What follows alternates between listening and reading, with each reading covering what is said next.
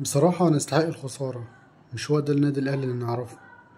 مش هو ده النادي الأهلي. المدرب بتاعه يكون جبان وسط حوالي 70 أو 80 ألف متفرج في استاد القاهرة، استاد اللي كل الفرق الأفريقية بتعمل لك حساب فيه، إن ده يكون منظرنا وشكلنا قدام الفرق كلها، إن الأهلي بيدافع طول ال90 دقيقة. حتى بعد ما جبت الجون رجعت تدافع، رغم إن أنت المفروض إن أنت كنت تحاول إن أنت تجيب هدف تاني، علشان خاطر ان هما لو سجلوا هدف هيبقوا 2. وبالفعل سجلوا هدف في الدقيقة 90. والتأخير بتاع التغييرات حرام، والله العظيم 3 حرام ان النادي الأهلي يكون المدرب بتاعه كولر. كفاية عليه بجد بجد، كفاية عليه جدا. خلاص، شكرا على الفترة اللي قضاها معانا، وشكرا على البطولات اللي حققناها معاه، بس بجد كولر لازم يمشي، ما ينفعش يكمل في الأهلي تاني نهائي. المفروض ان احنا بنحضر لكاس عالم، قدامنا 50 يوم، يكون في مدرب موجود عشان يحفظ اللعيبة، علشان يحفظ اللعيبة الأداء والخطط والتكتيكات والكلام ده كله. فبجد حرام والله العظيم، الواحد في حسرة كبيرة جدا بسبب الأداء، بسبب النتيجة، بسبب الخروج. بجد حرام. ليه أنا كنادي أهلي ألعب بالشكل ده؟ ليه ألعب بالأسلوب ده؟ ليه إن أنا محاولش اجيب هدف تاني عشان أأمن بيه نفسي، عشان حتى لو لا قدر الله دخل فيا ابقى لسه كسبان؟ انا مش عارف بجد ليه التغييرات بتتاخر قوي كده. المفروض ان اشرف بن شرقي كان نزل في الدقيقه، يعني اقل حاجه في الدقيقه 60، الدقيقه 70. مش اشرف بن شرقي بس، اشرف بن شرقي، حسين الشحات. يعني ده بيقول لك خير وسيله للدفاع الهجوم، انت اديت للفريق التاني فرصه ان هما يضغطوه في ال6 ياردة، في ال6 ياردة. وكل دقيقة كانت بهجمة، كل دقيقة كانت بهجمة على النادي الأهلي.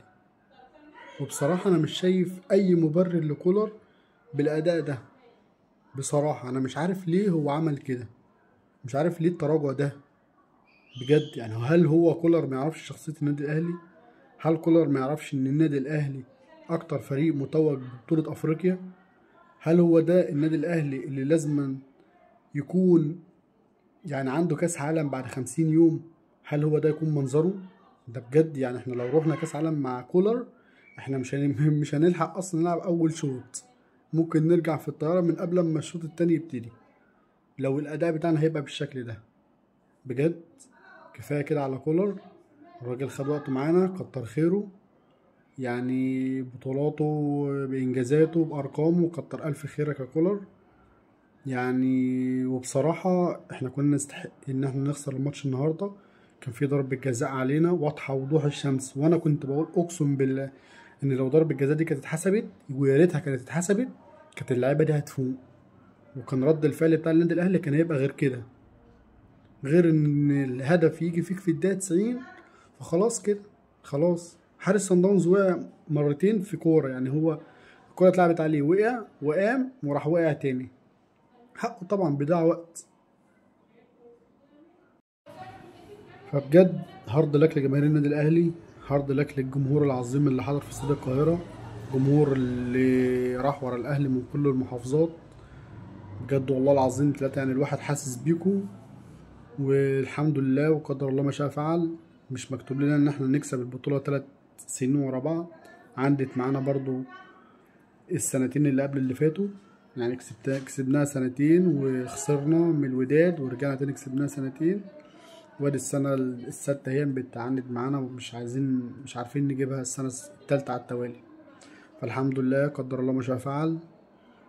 طبعا هيفضل النادي الأهلي في قلوبنا، واحنا فعلا في وقت الشدة في ظهر النادي الأهلي. مصدر سعادتنا ومصدر فرحنا، والحمد لله على كل شيء، وقدر الله ما شاء فعل. وأرض لك لجمهور النادي الأهلي العظيم. سلام.